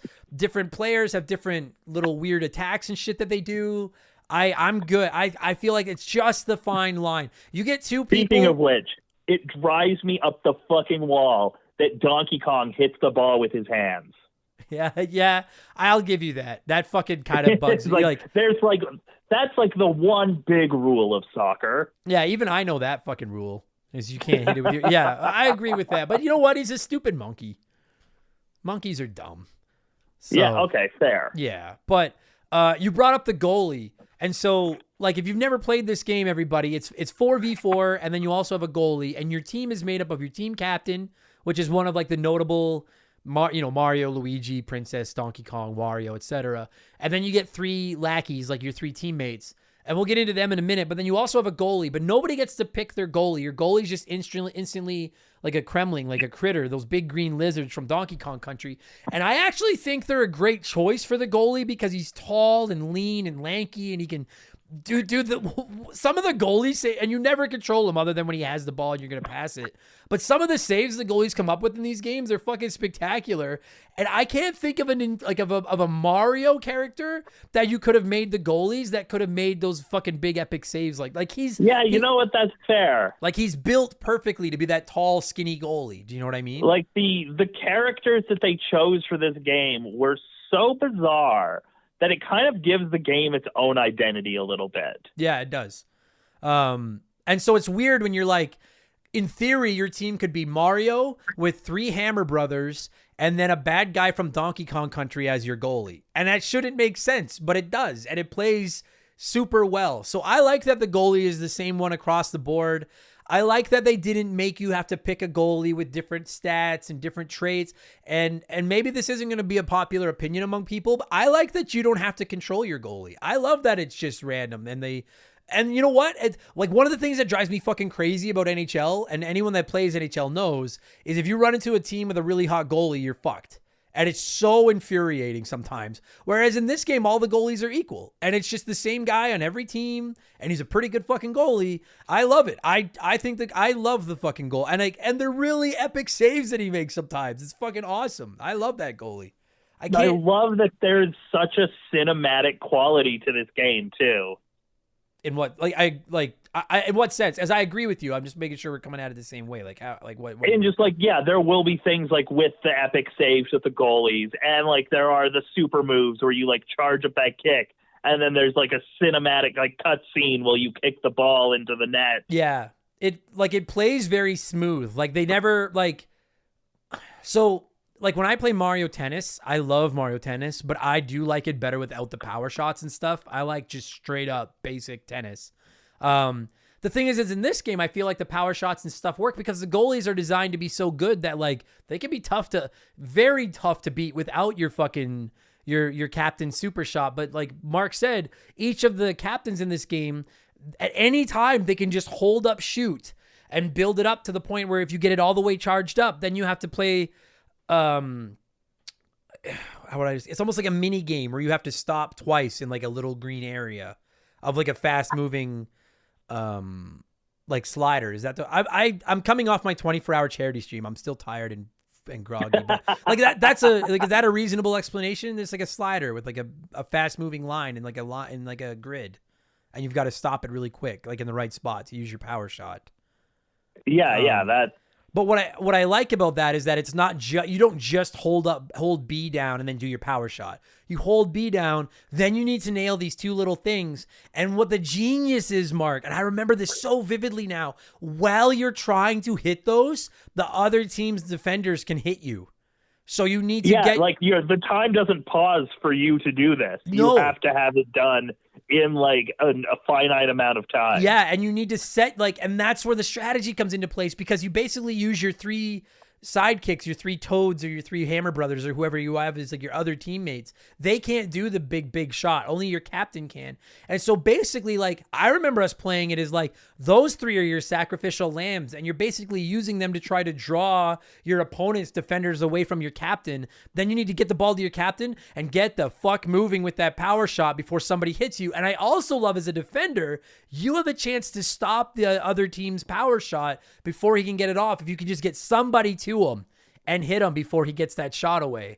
It's a really great extra layer of strategy involved in the game. And when you play it like on easy mode against a computer, they never tackle you where you're doing your big shot, so it's easy to get it off. But buddy, when you're in like a fucking tight match or when you're playing it against your friends or something, and it's really intense, it's anyone watching this that is or listening to this that has seen Mighty Ducks 2. Have you seen D2, Mark? Mighty Ducks 2? Oh yeah, of course. Remember when Russ does the knuckle puck and they're like trying to get him the knuckle puck and he's like, it's knuckle puck time. But like we used to say that all the time because you'd get the ball to him and it's like trying to get your power shot loaded up was like when Russ tries to flip the puck over for the knuckle puck. Like you've got a couple of seconds and you need to get it set up. And I love that fucking aspect of it. I would have never drawn that comparison, but it worked. Oh, it's so good. And then, like, admittedly, I think the animations for the power shots are really cool the first time. They get old, as all these things do.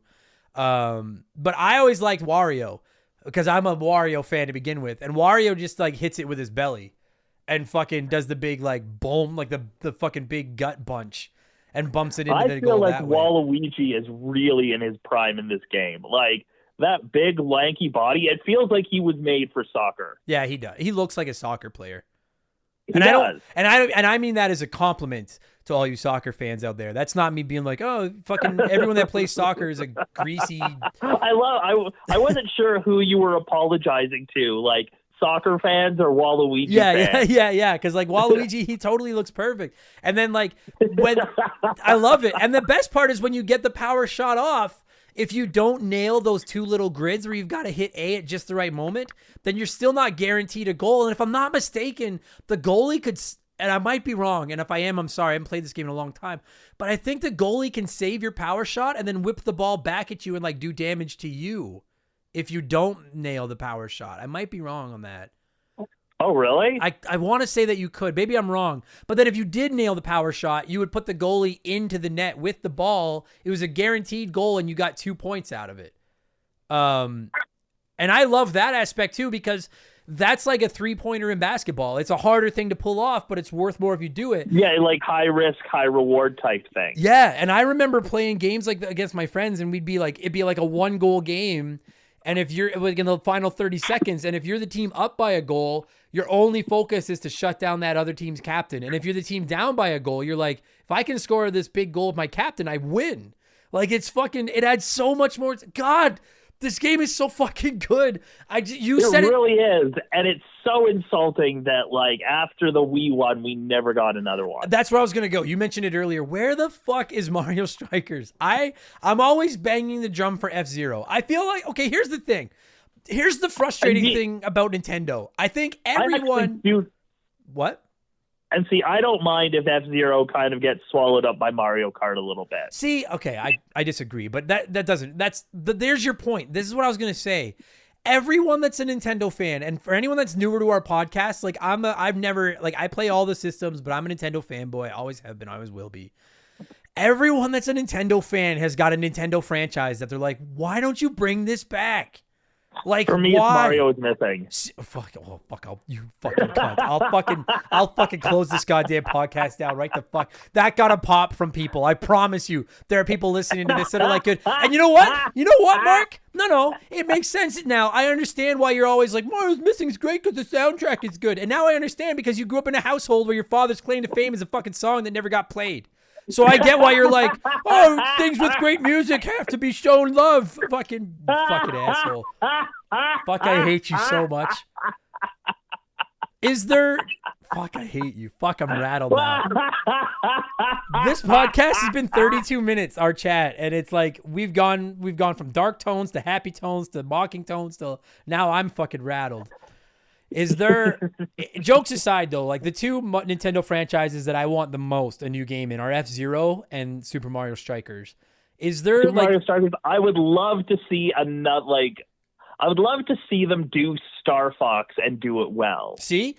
I was going to ask you, is there, like, there you go, Star Fox. People are like, where the fuck is Star Fox? Why the fuck have we not got a new Punch-Out since the Wii? Like, it's just, like, Mario Baseball would be fucking awesome. Like, there's just so many classic Nintendo franchises that they own where you're just like, where you guys remember you have this, right? Like, you could do something with this if you want to. And I think part of the problem is that Nintendo doesn't give their IP to a lot of people. So a lot of people don't have a chance to, like, Nintendo can only make so many games. And I would like to point out, and I rarely get into like the development notes on games and stuff like that, but Next Level Games made this. Next Level Games made a ton of Nintendo sports games over the year. I think. Yeah, don't they do most of the Mario sports games? Yeah, I'm fairly certain, and I'm going to look this up, and I never do this, but I don't want to misspeak. I'm fairly certain that they made Luigi's Mansion 3. When it came out. Oh, okay. Like Next Level. I also know that, like, don't they own didn't they create Waluigi and therefore they own Waluigi, and that's why, like, we're not seeing Waluigi in a bunch of other, like, that's why we don't get Waluigi in Smash? It could be, but the thing is, maybe, but the thing is Nintendo bought them this year. like next level then games. who knows? That's what I was gonna say. So yeah, they're a Canadian company, and they're listen to this resume: Super Mario Strikers, Mario Strikers Charged over on the Wii, Punch Out for the Wii, Luigi's Mansion Dark Moon for the DS, Luigi's Mansion 3 for the Nintendo Switch. Like they've made some good fucking like they've got some duds in there too. They made Spider-Man Friend or Foe, which is fucking terrible. But like they've made some big games, and now Nintendo owns them. So you know that they're probably working on, I would assume, a new Mario sports game, because the last Mario sports game that they released was, I mean, they did the Punch Out for the Wii, and after that it was Mario Strikers Charged for the Wii. So it's like, I'm praying that they're working on a new Mario Strikers game right now. Nintendo has so many great IP, and they don't have enough developers to make all these games. And like everyone's always like, I get they gotta make Zelda and Mario, but where's Star Fox? Where, in my case, where's F-Zero? Where, I get why they stick to Mario. Where's the new Donkey Kong game? Where's the new Donkey Kong game? Exactly. Give me after Tropical Freeze. How the fuck is there not a new Donkey Kong game? Agreed, 100%. And the thing is like, I get why they stick to Mario and Zelda, Mario Kart, Smash Brothers, because I understand like those franchises make more money. I love. Then, where's the new Mario Kart? Yeah, fuck. They haven't made a new Mario Kart in 10 years. Agreed. And Mario Kart 8 is the best Mario Kart ever, but where the fuck is Mario Kart 9? Where the fuck is it? I agree. And I love Mario Kart 8, but I've been playing it for 10 years. Exactly. I want more. Exactly. I want more. So it's like, so the point I was going to make is like, they have so many IPs that we want brought back, and I get that, but it's like, you haven't done Mario Strikers since the Wii. You own the studio that makes these games, and the simple fact of the matter is, unless I've been sleeping under a rock and something is wrong, is soccer/football not the biggest sport in the world globally? It is absolutely the most watched sport in the world. So it's like, I think it might either be that or cricket or something weird. Sure. But yeah, it is one of the most watched sports in the world. So then where the fuck is our next Mario Golf, like soccer game? Like there's a part of me that feels like that's what they've got Next Level Games working on, and we're going to get one on the Switch. And I want it so bad, because I got to say, and I'm not done talking about the game itself yet, but one thing I wanted to point out is like, the main reason that I haven't bought this game already for my small GameCube collection is because the single player is good at best. Like, yeah, there's not much of a single player. No, like, I mean, you just play the classic ladder matches against the other teams. You can unlock like a 9th team that's all robots, which I find very odd.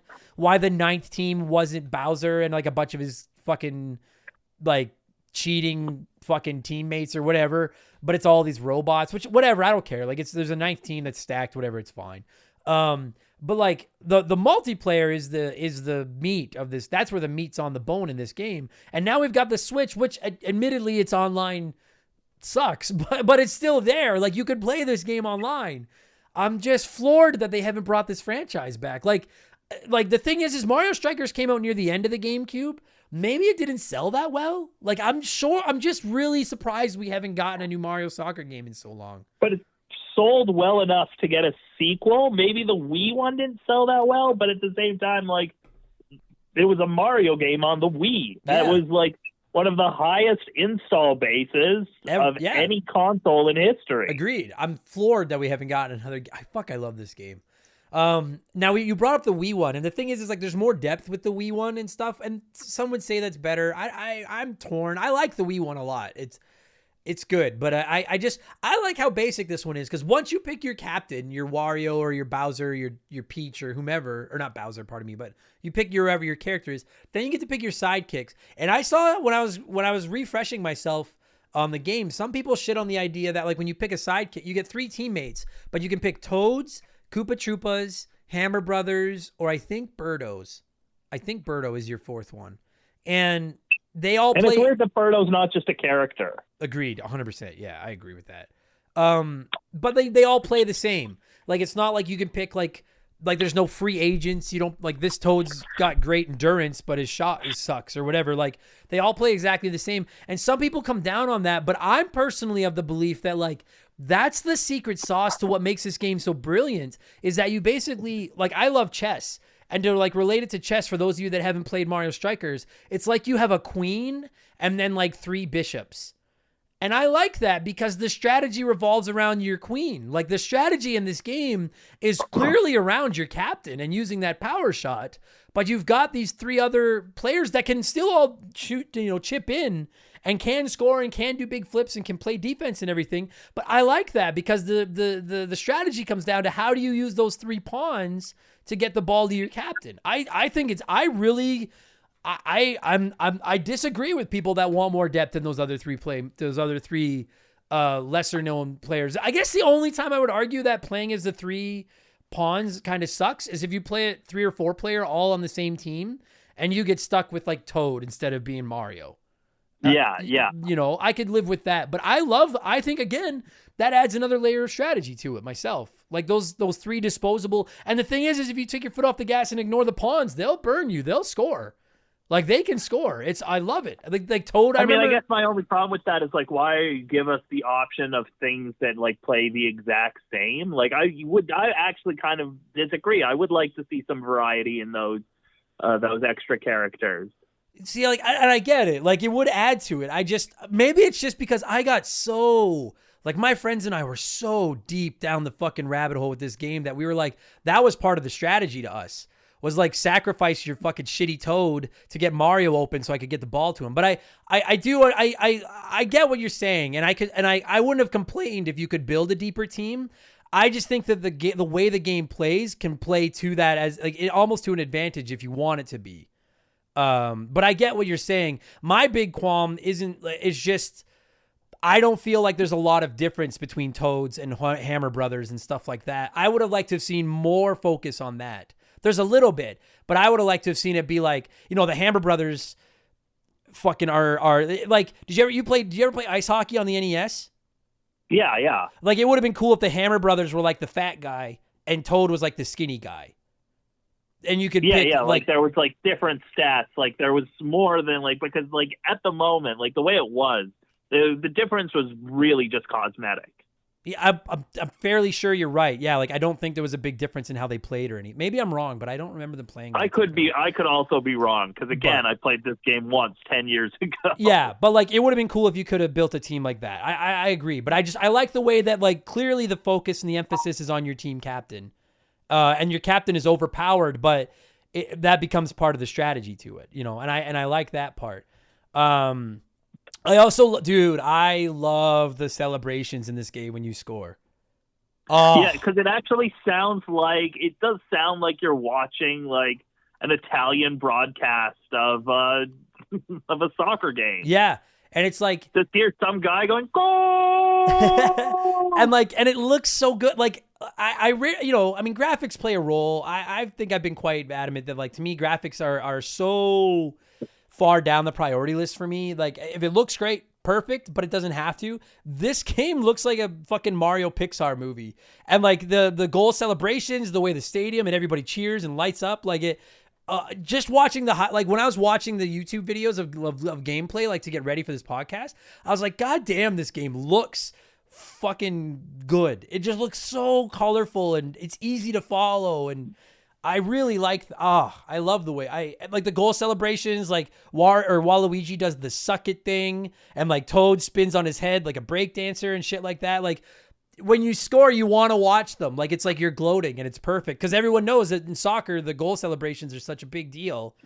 Although I assume the reason soccer players celebrate so much when they score is because they're like, hey, we finally get to do something other than just run back and forth. But don't yell at me, soccer fans. I'm sorry. Don't yell at me. There was one other thing I wanted to bring up for sure before we started getting close to wrapping this down, and I don't remember the fuck it was now. I lost my train of thought. Plays good. Looks good. Sounds okay. God damn it. This is going to drive me fucking crazy. Well, maybe Donkey Kong should not be punching the ball with his hands. Donkey Kong should not be allowed to punch. Oh, Donkey Kong should not be allowed to punch the ball with his hands. I agree with that. Some would argue that like I won't lie to you. Like when I play Mario Tennis, I don't like power shots and gimmicks and shit. I just want to play straight up tennis. In this game, I love that the items are in it, and I think the items are so brilliantly put into this game. Like they play such a role, but you know what? If I'm not mistaken, and if I'm wrong, I'm going to hear about it, but I'm almost sure that I'm not. The way to get items is if the other team hits you when you don't have the ball with like the big tackle. If you hit a big check on an opposing player, but they don't have the ball, then you give that team an item. So then it becomes a like, well, fuck, I really want to stop that captain from hitting his power shot. I'm going to hit him with a power attack. But by doing it, I'm also giving you, banana peels or something like that. I feel like, I know some people argue that Mario Kart has been crippled by items and they've become too much of a gimmick, which I disagree with. But I think the items in this game are so perfectly balanced to the game itself. That's actually really interesting, and I didn't remember that was how that worked. But what I like about that is it also kind of eliminates the use of the need for like penalties. It's like, oh yeah, that guy hit that guy. We're not going to stop the game. Instead, you get a power up. Yeah, and like the power ups in this game, the items are really powerful, but like, no pun intended. But like, I like that like boxes don't show up on the field and you have to run to the box. Like you forget about the ball, and I much prefer Smash Brothers without items on, because I hate when items start dropping in and everyone just basically stops attacking and goes after the items. Like that's me. I turn off all items except for the Smash Ball. See, yeah, like I like to turn the Smash Ball off myself. Like, I mean, Smash is fun either way.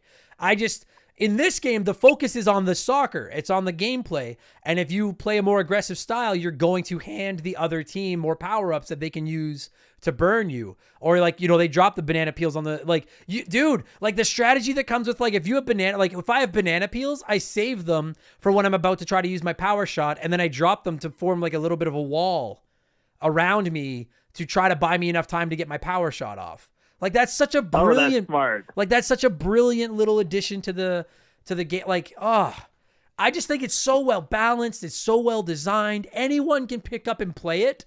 And then if you take two players that both have a really deep understanding of the game, it can become so strategic and you can get so involved in it. And the only complaint I have about this game is I wish there was more single player content.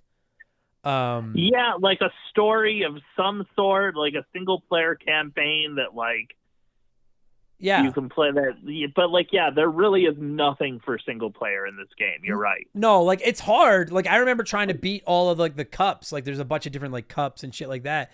And they can get really tough. But at the end of the day, the cups are just like, you get 3 points for a win, a point each for a tie or whatever. And then if you lose, you lose. And it's really cool. But I agree. I wish there was just a little bit more to it. Because it's once you beat it a couple of times and win all the cups, then it just comes about, you just want to play it with your friends. But at the same time, it's hard to sit here and be like, why isn't there more solo when the game is best played with your friends? Yes, exactly. And it's, oh God, dude, to hear that you guys stayed up all night just playing this game, like, obviously it's a terrible circumstance, but it warms my heart because my friends and I, we used to play poker, and this was our go-to game. When you got eliminated from poker, you'd pick up a controller and go play Mario Strikers. And we would just play Mario Strikers forever. It got to the point where, like, you weren't even upset that you lost at poker because you were like, fuck yeah, I get to play some Mario Strikers now. Like, it's so much, God, watching it makes me want to buy it again. Like, this game is so fucking well done. I want them to acknowledge these games and like let us buy them again. Yeah, dude, or give us a new one. You could re-release this game as is for like $30 with online, and I'd be like, you done. could do like a double pack with this one and the Wii one for like full price. Yeah, you probably could. Or, dude, take those 4 GameCube games and just release them as is, but with online, and I'll give you full price. Just like a Mario 3D All-Stars. Just like I'll give you fucking full pop for just call it the GameCube collection or something. Just those 4 games.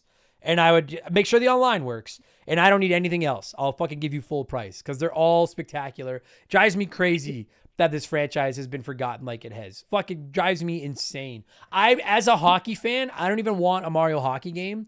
I just want Mario Strikers. It plays enough like hockey. I'd love a Mario hockey game as well. I'd play that. I'd get that. I would too, but I would rather have Mario Strikers because it's just fair. so much more fun. Who knows? Maybe Mario Hockey be fucking brilliant, but I think Mario Hockey's probably too violent. They won't give us Mario Hockey. Anyway, I can't really think of anything. I can't think of anything else. I'm fucking. I think we're. You got anything? No, great game. I enjoyed it when I played it. I hope they keep making these games. Yeah, me too. Brilliant fucking game. So to score it, I think a regular soccer game is 90 minutes. I think. I'm going to look it up. How long is a soccer game? Is it fucking people are going to yell at me, but I don't watch your fucking game. I'm sorry. I feel like I should know this, but like fuck soccer. Yeah, well, I was going to say how long was your dad's song? But I played soccer. How long is a soccer game? There, it's fucking coming up, so it's not just me. It's like Google suggesting it. Consists of 2 periods of 45 minutes each. Okay, so there we go. So we'll go 90 minutes. So if you're going to score Super Mario Strikers out of 90 minutes, how many minutes would you give Super Mario Strikers? Out of 90 minutes, I'd say like 75.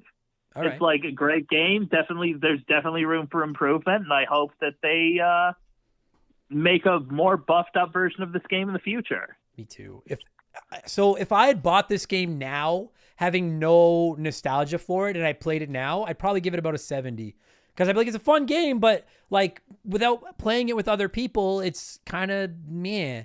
But once I throw in my nostalgic ties and the memories I have of playing with my friends, like I'm not kidding. Like I give this game like at least an 85. Like it's one of my all-time favorite sports games. I wish more people talked about this franchise. Like love is a fucking powerful word, but I love my dog. I love peanut butter. I love Mario Strikers. This game is so fucking good.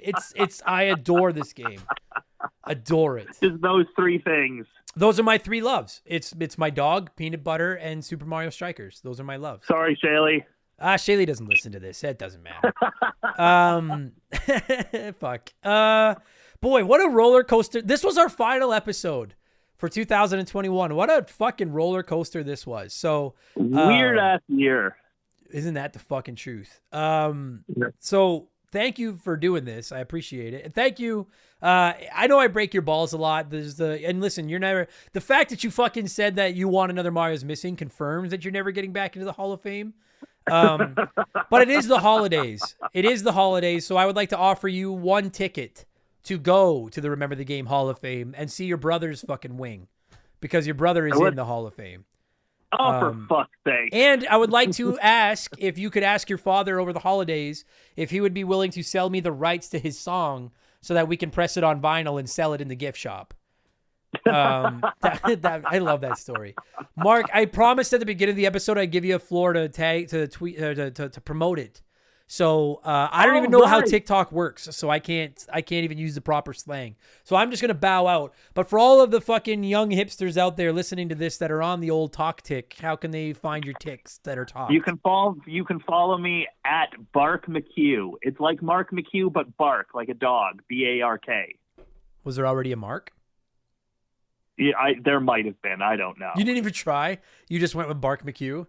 No, because that's my online, that was my game handle on my Switch. I got you. So it's Bark, BARKMCCUE. You got it. And it'll be in the description of this podcast as well, assuming that Mark remembers to send it to me before I finish editing this podcast. You'll be able to find it in there as well. Buddy, it's always good chatting with you, man. And thanks for all the episodes and all the time you've put into the show over the last, since it launched, but over the past year. And happy holidays, man. Have a great Christmas. Happy holidays. Thanks for having me. You got it, buddy.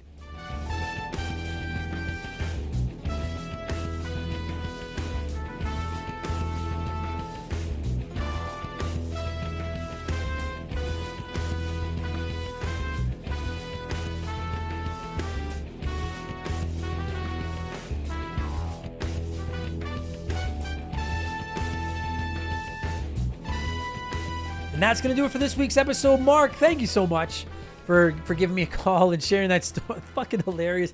Holy fuck, I laughed so hard when he told me that. It was insane. I was like crying, laughing. It was the best story. But thank you for sharing that story. Thank you for all the time you spent with Remember the Game this year. And the same goes to all of you. This is the final Remember the Game of the year. For anyone that's wondering, next week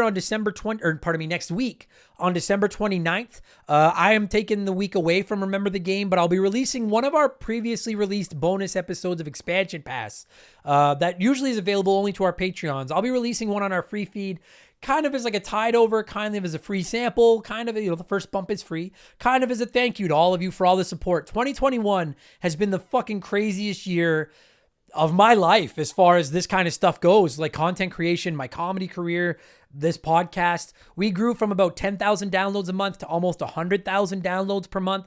We've added almost 400 Patreons to our Patreon support. I don't know, like 400 more people signed up. I'm fucking tired. All right. I've done a lot of these last week. We raised $10,000 for Children's Hospital.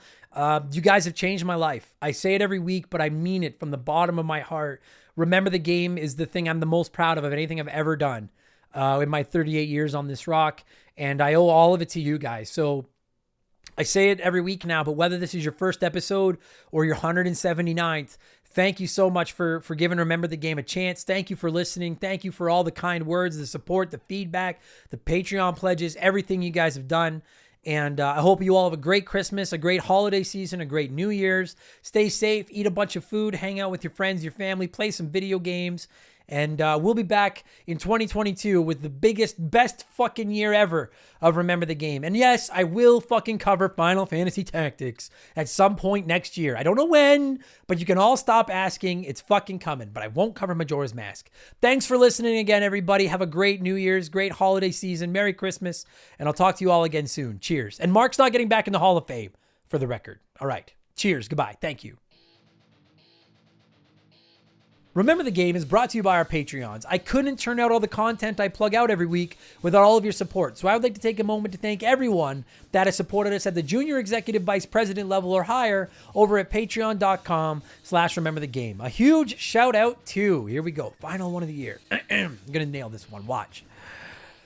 Dave, Makeshift Money, Joe Buck, Sharonic, Andre, Stupid Monkey, Michael Mathis, Joshua Shenfield, Jeffrey Mathis, Keegan, his Stupid Arrow Handle, James Clark, Dave McGee, DNA Gaming, Slick Rick, Doug Dorn, Charlie Madero, Scott B, Andrew Wright, Gary C, Kate Roberts, They Call Me Badger, Jordan, Fraser Burns, Lil Bunny Fufu 89, Angry Ticks, Dave Thompson, No One Cares, Brandon O'Brien, Wyman Brooks, Scott Brooks, Leon K, Stitch, Aaron Lawson, Matt McLean, Brian Ransom, Miles from BringBackRetro.com, Nathan Tremblay, A-Town, Henri SJA Flash, Tom Kite, Geek Life Radio, Morgan, Zane Donovan, Adam J, Ryan Kinchin, Mike Maloney, Christopher Russell, Very Cool Dude, Tim Riel, The Giraffe, G9PSX, Tim L, David Schnatterer, Raging Demon, Poops Loomis, Dana Wucherall, That One Kid Nick, Mad Shibs, Mercury 869, Derek Jane, Jesse Clark, M Felf, Kfave 5150, TK Tonking Kong, Wolfgang Darren, Seriously Ron P, Sam Wright, Andy Hudson, Good Egg, Dane, Chris Copland, GC Freak 898, Doogie, Matt McLean, Pizza Power, Too Loud for the Crowd, Trevor Sevenoaks, Ryan McCowan, Paul Zoe, Wolf Magic 21, Johnny CCDC, Joel LeBlanc,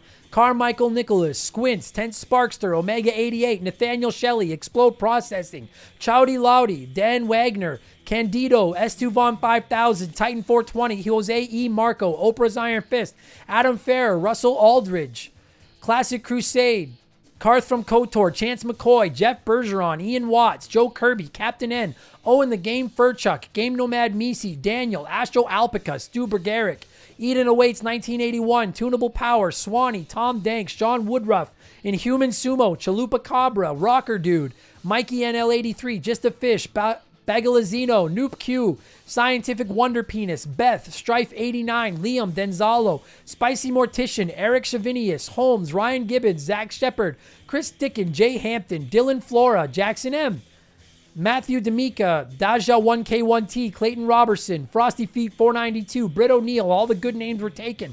Hulk Hogan's brother, Chris Larkin, Austin Cook, Kyle Shreve, Matthew Salmon, Elijah Burns, Ocelot of Woe, Stephen Parnell, Jolt Addict 21, Aaron Price, Meat on the Bone, Dakabai, Domicus, Sean Dillinger, Justin Zabraki, Frozen Interior, Ray San Wantongo, Brandon Basham, Zach Coiner, DBXJ, Ryan Shimmick, Jameer Williams, Jared Pierce, Steve Dalp, Lone Cart, Justin Vissers, Gannon144, Phil McCracken, Double D, Sid's Good Leg, Trav H, Mizuru, Declan McGarry, Nicholas Chafee. I'm dying here. I'm close. David Marcus, Dagger Disaster, Urus, Dr. Mario, Vaughn, Jordan Salm, Jacob Adams, Burnout Doug Keeney, Scott Graham, Tyler, Brad Levron, Aaron Kedvis, Dissect That Film, Phil Lencher, Breadcrumb, Spencer. Oh, fuck. I was so close. Breadcrumb is cool too, but Breadcrumb, Spencer Whitledge, Illegal Amigo 69, Ruben Elizald, Eric James, Tom Arkley, Riley Turvey, Nick Amos, Thomas Childs, Big Sum One, Sean Turner, Bill Kirby, Lucas Pico, Andrew Pritchard, Ben Paul. That's holy fuck. I butchered a lot of those near the end, but I done good. I tried very hard. Guys, thank you all so much. Really, I appreciate it. You guys are my fucking heroes. Have a great holiday season. Talk to you in 2022 or tomorrow because you're all Patreon, so you'll get more podcasts. All right. Cheers. Goodbye.